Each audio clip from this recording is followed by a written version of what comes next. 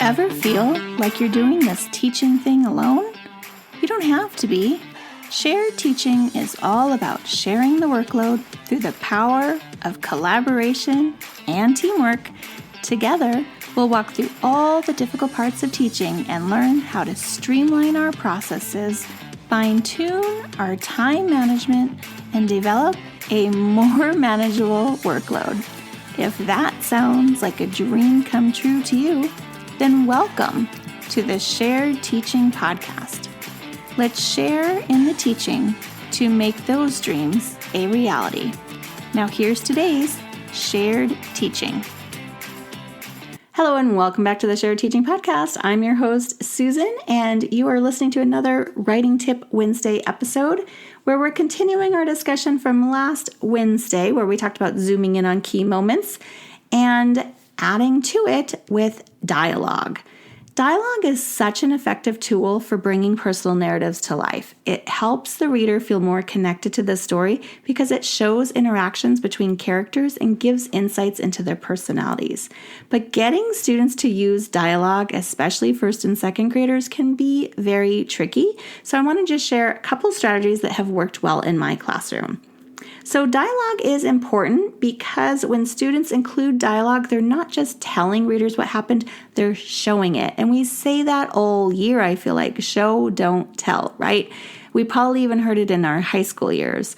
Dialogue adds that extra layer of realism and emotion. Instead of just saying, my mom told me to be careful, the dialogue is going to show like the power of that. The mom shouted, "Watch your step," as I climbed the tree. "Don't worry, Mom, I've got this," I yelled back, right? That just shows all of this context that we wouldn't have known otherwise when we just say, my mom told me to be careful, right? We know now, like, the kid is super confident, right? They're telling their mom, like, hey, like, let me be a grown-up. Let me try this. Like, I know I can do this. And the mom is, maybe a little fearful. Like, we get all of that just from simple dialogue. Hearing the characters' voices, the readers pulled into the scene, making it feel much more real and engaging. So dialogue just gives students the chance to show how people are reacting to their stories. And personal narratives are often built on what really happened to them, right, in their lives. So it's just an easier way for them to kind of recall the moments and add that to their stories. Now, a great way to get started with dialogue is to have students focusing on adding it to the key moments, like we talked about last week, in their story. Now, we talked about zooming in on those important moments when something exciting or emotional happens. And dialogue is a natural fit for those moments. If the student is writing about the soccer game I talked about last week, they can add dialogue between their teammates to show that excitement and the emotions. Instead of just writing, "I scored the winning goal and we celebrated," encourage students to add to this moment with dialogue. So instead they could say something like, "As soon as the ball hit the back of the net, my friend Jenna screamed, 'You did it, we won!' I could barely hear over the cheering crowd, but I yelled back, 'I can't believe it, we did it,'" right? That just shows like that excitement. The reader can like put themselves in the place of the writer and imagine this moment they're creating, right? That's the power of dialogue, and that's the power of really good writing that we really want to teach our students. Oh, I'm so excited. I love writing. So one thing I've learned about teaching students how to format dialogue is that it can be very tricky. It feels really confusing.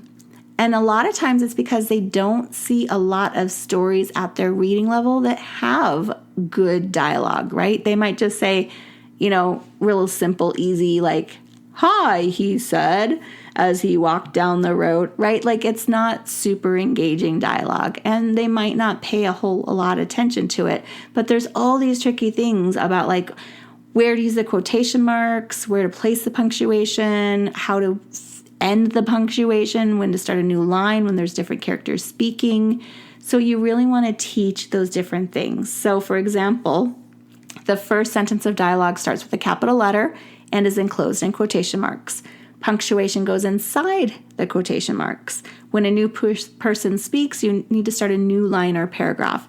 And you might even have to teach your students what a new line or paragraph looks like, because maybe they're not quite writing paragraphs, right? So you're going to put an example up on the board, and you're going to point to where these parts are. You're going to point to where it begins, where it ends. You're going to talk about the quotation marks. You're going to talk about the comma within the quotation marks when they're breaking it apart with the tags of the dialogue. And if you're scared to teach this kind of thing, I do have coming really soon, I really hope, my personal narrative writing unit teaches about how to incorporate dialogue, especially when we're writing fictional pieces. I have a whole thing about it. So that can kind of take away that anxiety of teaching all those different things. I have them in nice slides for you. I will add the things to the show notes. And if you are a follower of my store, which costs you absolutely nothing, you'll see as soon as I release that unit, and then it's 50% off for the first 24 hours. So another great thing about dialogue is that it allows students to show the personalities of characters in their narrative. It gives them a chance to make their writing more interesting and engaging by showing how these different characters speak and act. Is the character shy? Do they use a lot of slang? Are they loud? Are they energetic? This is different ways that you can add in the dialogue, right? So some examples might be, "Come on, you scaredy cat," is something like a friend might say, right? They're teasing in a fun way. Or, maybe they're a mean bully. What are some kinds of things bullies might say? And these are the kind of mini lessons I go through with my students.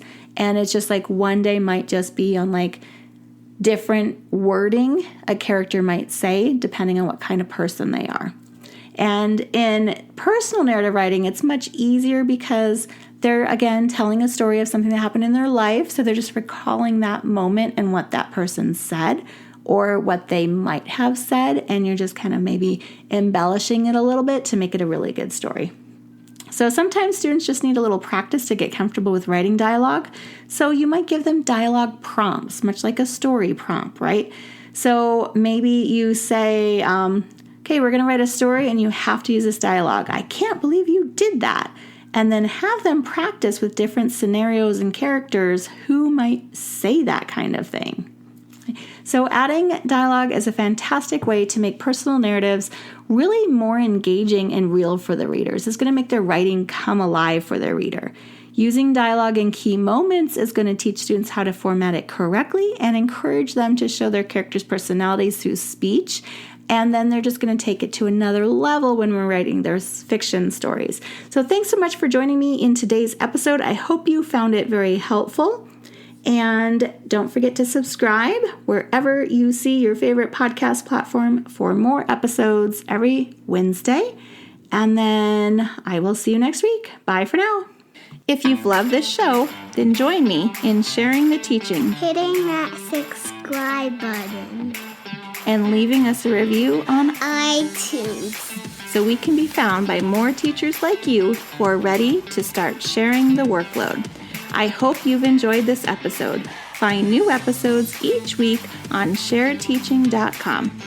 Thanks for listening to the Shared Teaching Podcast.